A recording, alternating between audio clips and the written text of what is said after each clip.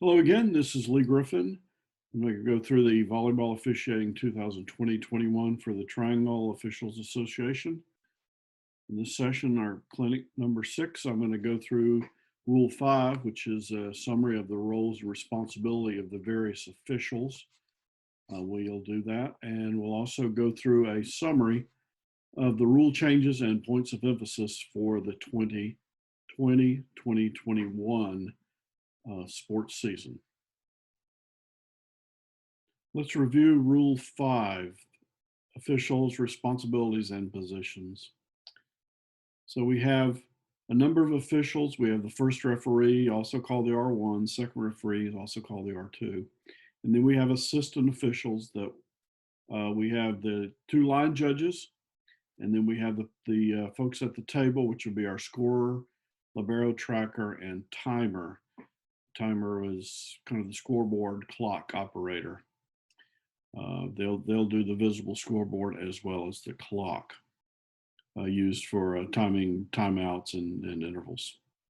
Let's go through each of the responsibilities of those referees. First of all, our jurisdiction as referees begins when we arrive on the floor, and it ends when the final score is verified by the R2 and the scorebook is initialed. Our clerical authority also includes the time for preparing any reports, including disqualification reports. And finally, the R1 and the R2 do not exchange duties unless there's a circumstance where the R1 is unable to continue as the R1. In that case, they could exchange duties during the match. It's preferable if that you anticipate that circumstance is to exchange duties before the match. Then in most cases, no one would be the wiser. You do want to note that in your arbiter report if you had to do that for whatever reason due to illness or whatever. So basically from the time we arrive until we initial the score sheet that the match is complete. All right, so we're going to use whistles to control the match, and the whistle by the R1 is going to end the rally. And then what do? The R1 will then indicate the result of the play. In most cases, it's going to be a point. It could be a replay or a reserve, but 99% of the time it's going to be a point. R2 will mirror the signal but will not whistle. The R1 then signals the nature of the fault. You know, the ball landed in bounds, it was touched and landed out of bounds, etc. The R2 is going to mirror that. If the R2 signals to end the rally, the R2 is going to signal the nature of the fault, say a center line violation, and then the player number to the R1. The R1, if he or she agrees, will then signal the result of the play, either point or replay. And then the R2 would mirror that signal for point. R1 signals the player number. The R2 does not signal the player number. Okay, so think about those, practice going through these, and once you get the hang of it, this will just be second nature to you. But they are slightly different depending on who blows the whistle to indicate the end of the rally. All right, so the R1 has a number of responsibilities. The R1's kind of the person in charge. They're going to be arriving at the site at least 30 minutes before start time. I personally try to get there about 45 minutes before start so that I can have a few minutes to get parked, and sometimes there's a delay, etc. But you need to be there 30 minutes before start time.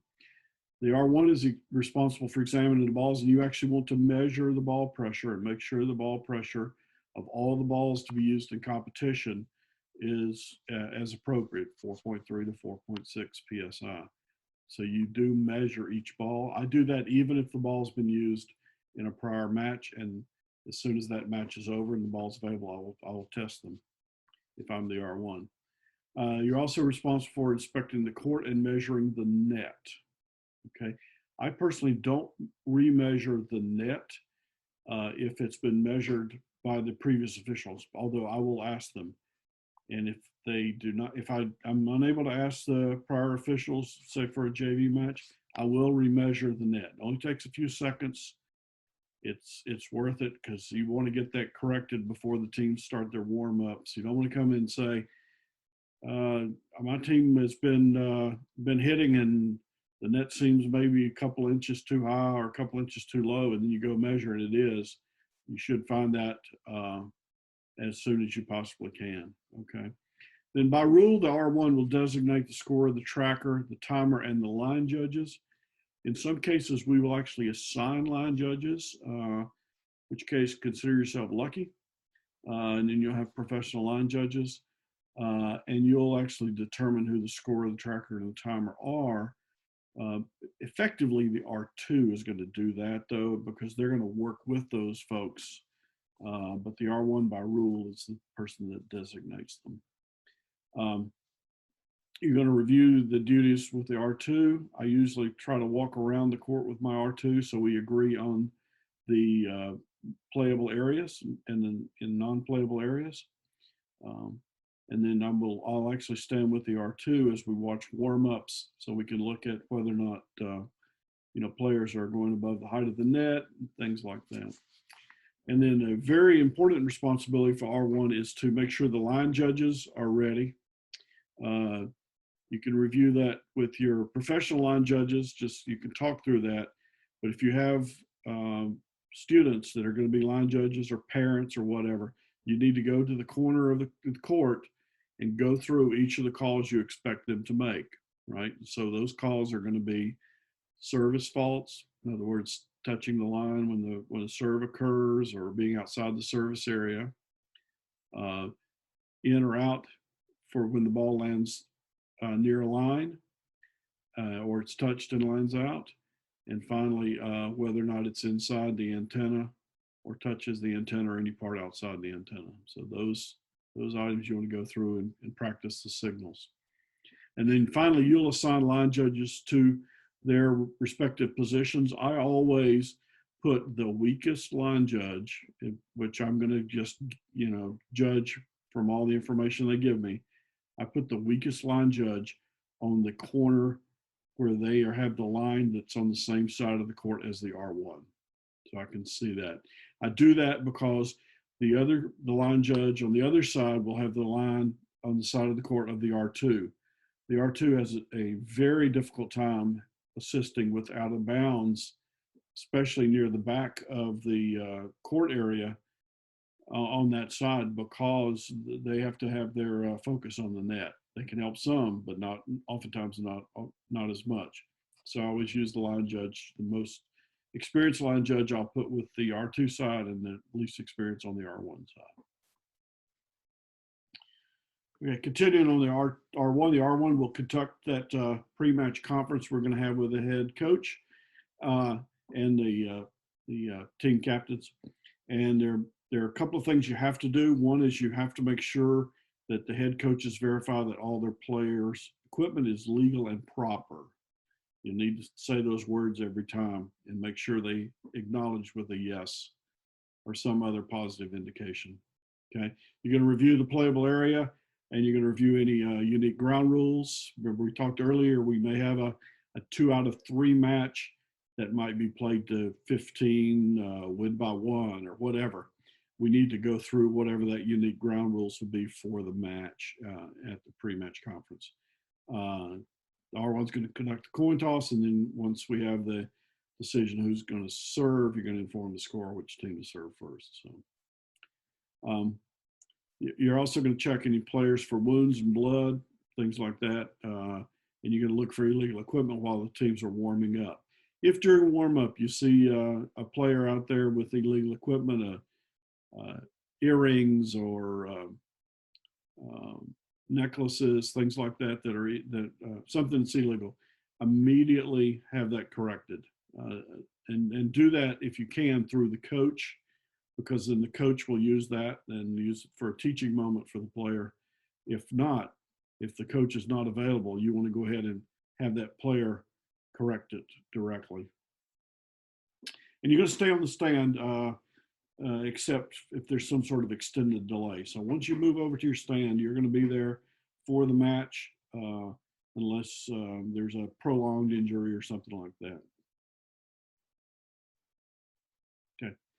A couple of more things. R1 is the final arbiter of any disagreement between officials. You're going to make that call as the R1. Okay. Something not in the rules, you get to make the call on that too. All right. Anything that is not there, or you judge it to be outside the spirit of the rules, you'd make that judgment. And you can replace that scorer, tracker, timer, or the line judge. And finally, you will you will honor the call for timeouts or substitutions if necessary. The R2 will be more likely going to call those, but the R1 can do it as well if they're approached. Okay. Now, more importantly, the R1 is the official that's going to determine a number of things. They're going to determine, for instance, illegal hits, right? And so the R2 does not call illegal hits unless the hit is egregious and clearly outside the view of the R1. So if it's clearly outside their view, which can happen but is rare, then the R2 could suggest that there would be an illegal hit, but the R1 is the determinant of the illegal hits. So we have consistency throughout the match. It's a little different than other sports, but it's much like baseball, where the umpire makes the call for the balls and strikes. So the same person makes all those calls throughout the entire game. In this case, the R1 is going to make the calls for illegal hits throughout the entire match. The R1 is also responsible for the alignment of the serving team, for calling out of alignment on them at the moment of serve. Also for determining screening.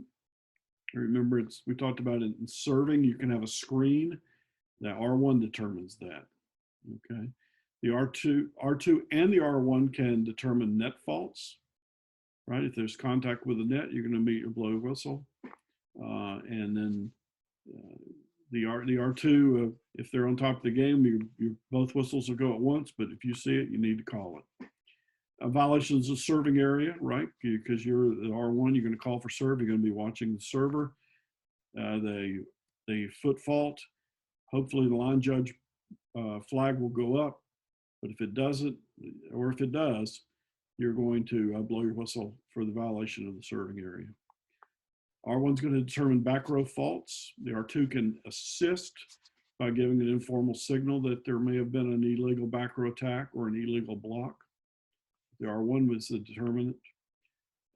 Double faults, the R1 determines those. And then very importantly, the R1 determines the number of hits. So what that implies is that the R1, first of all, is going to determine whether or not the first contact was a block. So there are cases where a player will go up to block. They will not actually block, but they'll come down, they'll be down on the floor, and then the contact will occur with their hands or their shoulder or whatnot below the height of the net, in which case it's not a block. So that judgment will be made by the R1. Likewise, the R1 is going to determine whether or not there was simultaneous or successive contacts. All right. So if we had simultaneous contact, right, that's in most cases, that's going to be legal. Successive may not be legal if it's on a second or third hit. So double hits, for instance, should only be called by the R1. And again, the R2 can assist, but the R1 is the person that's going to be making those calls. Okay. So now the R2 responsibilities.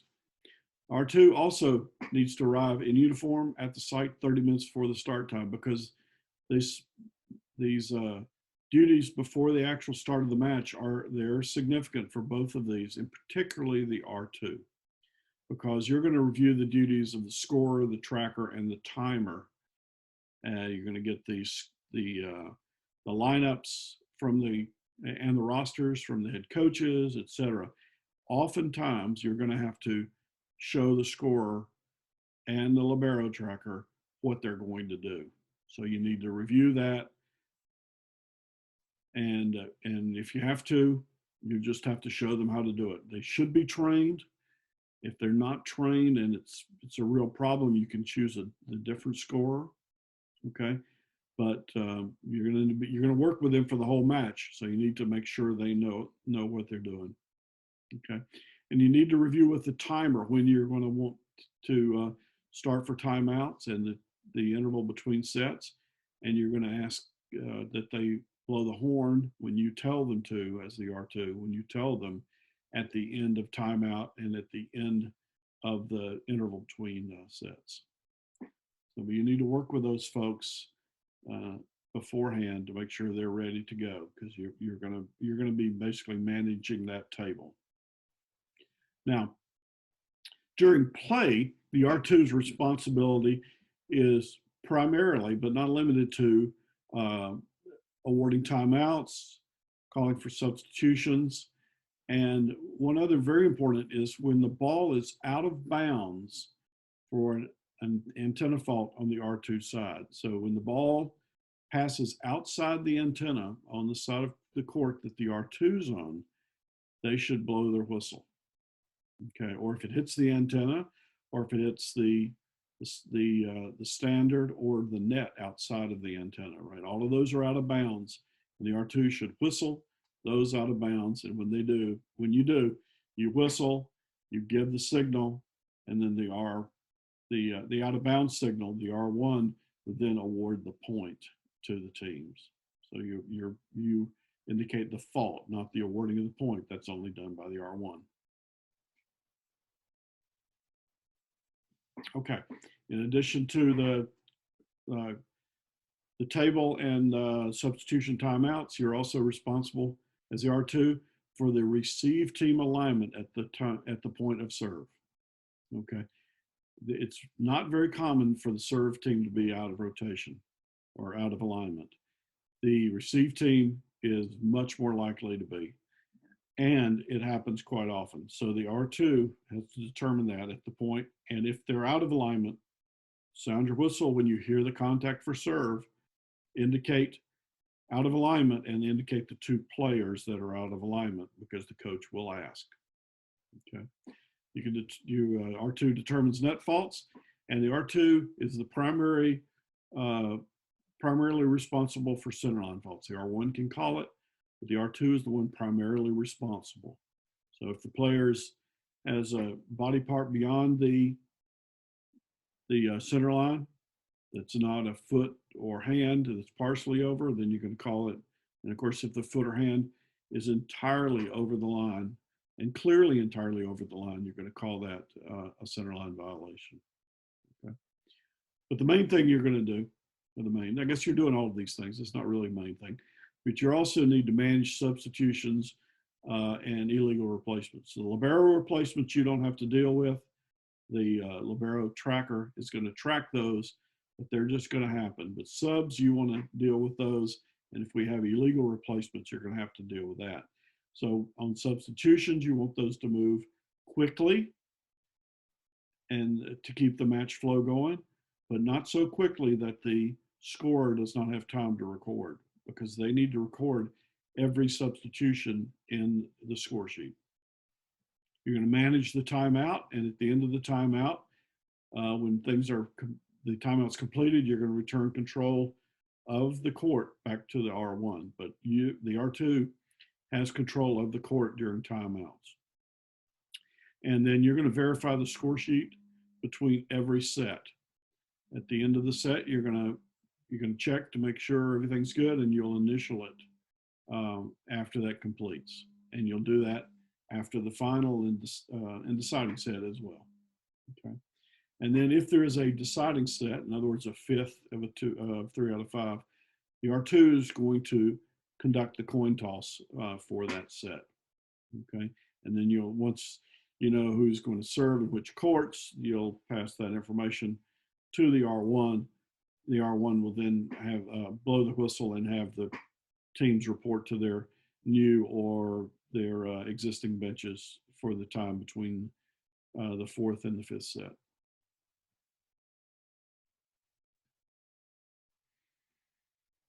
Okay, so there's some other officials that we have. It's not unheard of for us to be the scorer, the libero tracker, or the timer.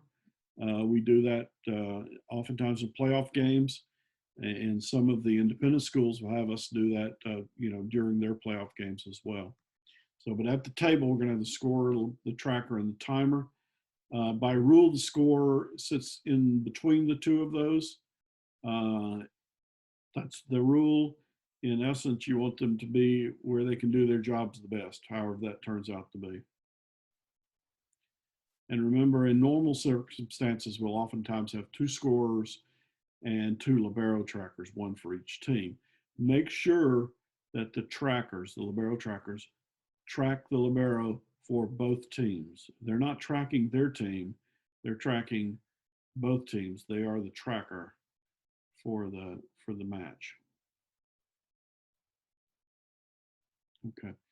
Now, doing the score sheet and libero tracking, it's not hard. It's just hard the first time you do it, or the first couple of times you do it, because the match moves very quickly. So there are two videos that I think everyone needs to go. I'm sorry, there's one video. You can get it either of these two places. Everyone needs to go watch it and practice one time through it. It's about 30 minutes long.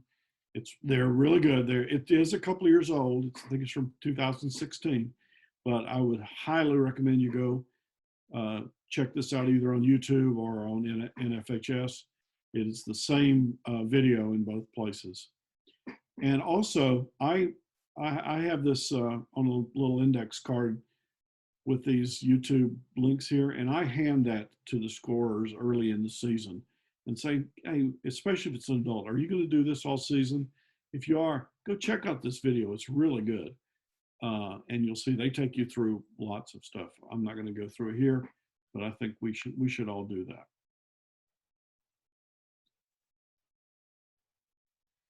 Okay. The last person we have at the table is the timer, and they're responsible for maintaining the visible scoreboard. By rules, the score must be visible to both teams. Okay, so that could be the scoreboard. It could be a flip chart. It could be someone standing at a chalkboard and writing the score up on the board. I'm sorry, on the chalkboard. But it has to be visible to both teams. Okay, doesn't have to be fancy. And then the timer is also going to visibly time the times that we have for warm-ups, timeouts, and between sets. And if possible, that should be visible. Okay. If they don't have a way to do that where it's visible, then the R2 and or the R1 can time these as well, because remember, we have a watch, and that's the reason we have it, is to time these events. Okay, most cases they'll have it, but if not, especially as the R2, you'll time the timeouts, the warm-ups, and between sets.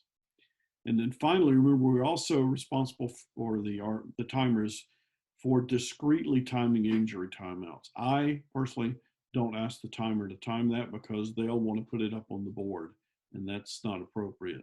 I'll, as the R2 and as the R1, will look at my watch to see when the injury timeout occurred, and then we'll go forward from that. But I'm going to do that with my watch, not with the timer. But by rule, the timer is responsible for timing discreetly the injury timeout. Okay. So line judges, remember, these oftentimes will be students. They're positioned at the intersection of the end lines, and they need to be the same position throughout the match. They don't move from side to side, and it needs to be the same person, if at all possible, throughout the match. Again, we want consistency of judgment throughout the match. Okay.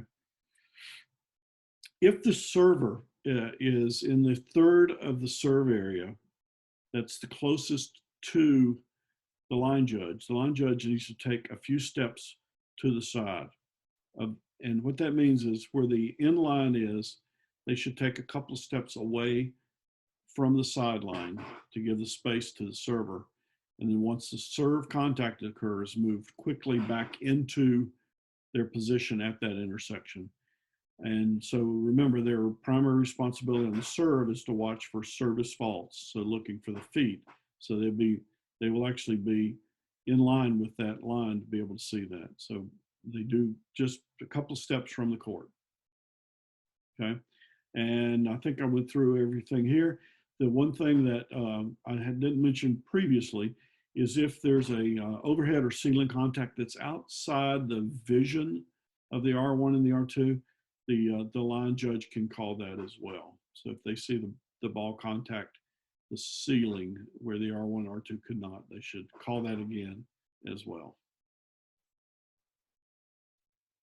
There are a few rule changes in 2020, and I think we've gone through most of these as we've gone through our clinic. But the main, the biggest rule change, I think by far, is that allowing the head coach to continue to stand in the libero replacement zone to coach their team after a yellow card is issued either to them or to the bench, which they're responsible for.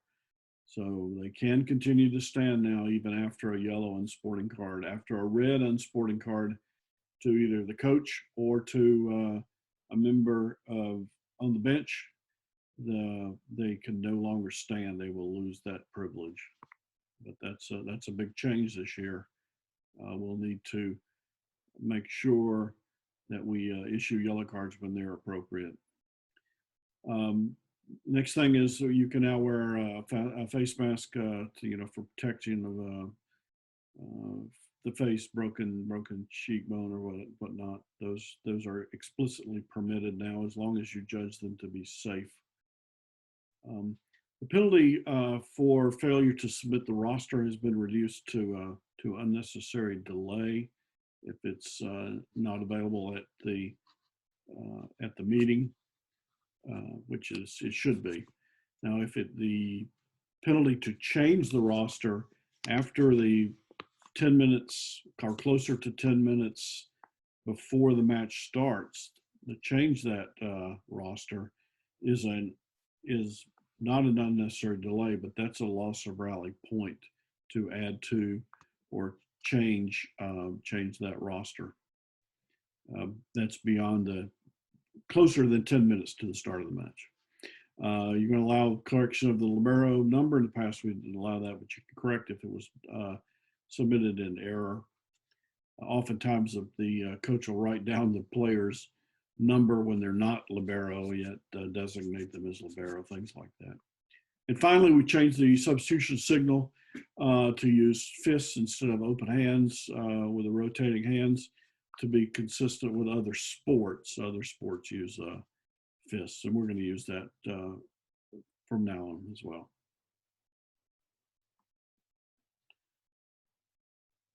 There are also some points of emphasis for 2020. The first one is bench behavior and sportsmanship. And by that, we find more and more the spontaneous reaction to great plays is turning into a little bit more than just that momentary spontaneous reaction. We need to make sure that the right sportsmanship continues, especially on the bench. Okay. Management of non-team personnel has become more and more important.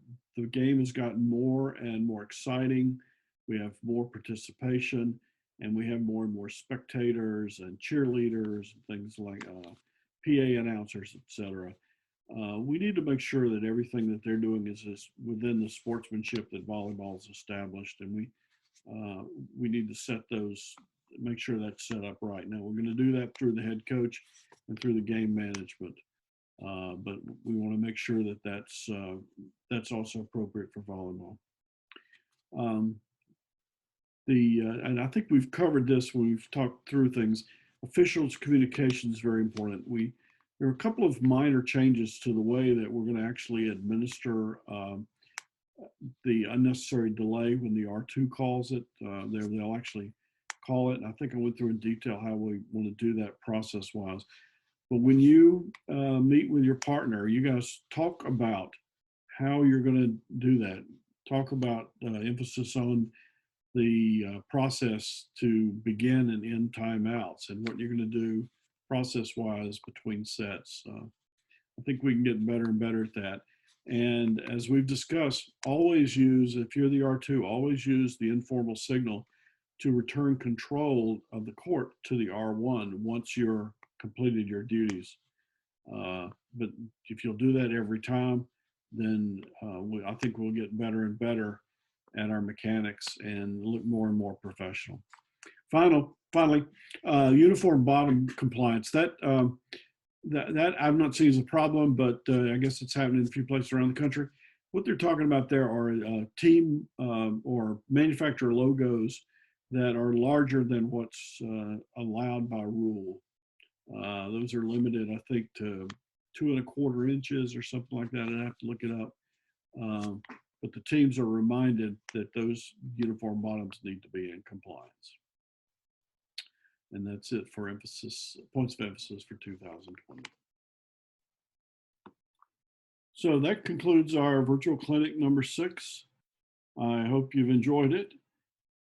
Thank you very much for watching. And if you have any questions, corrections, or comments, please let me know. I would really appreciate it. Thanks very much. Goodbye.